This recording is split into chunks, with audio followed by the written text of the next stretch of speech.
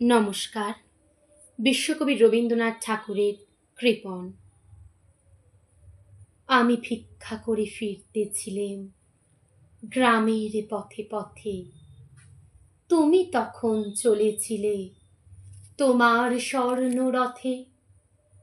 অপূর্ব এক স্বপ্ন সম লাগতেছিল চক্ষে মম। কি বিচিত্র শোভা তোমার, কি বিচিত্র সাজ! আমি মনে ভাবতেছিলেম, এ কোন মহারাজ? আজ শুভক্ষণে রাত পোহালো, ভেবেছিলেম তবে আজ আমারে দ্বারে দ্বারে ফিরতে নাহি হবে।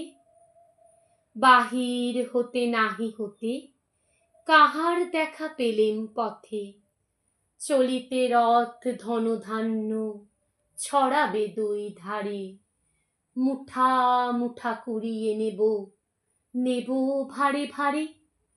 দেখি সহসা রথ থেমে গেল আমার কাছে এসে।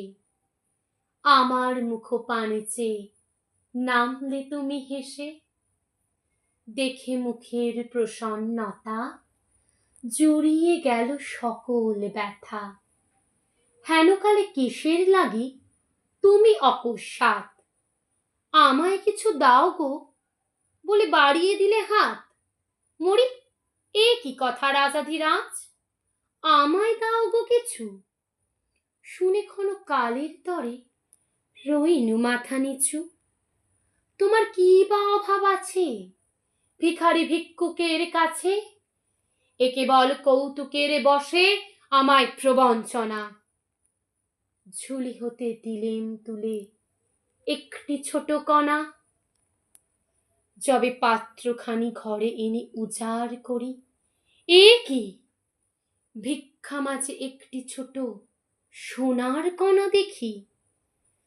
দিলেম যারা আজ ভিখারিরে, স্বর্ণ হয়ে এলো ফিরে। তখন কাঁদি চোখের জলে দুটি নয়ন ভরে।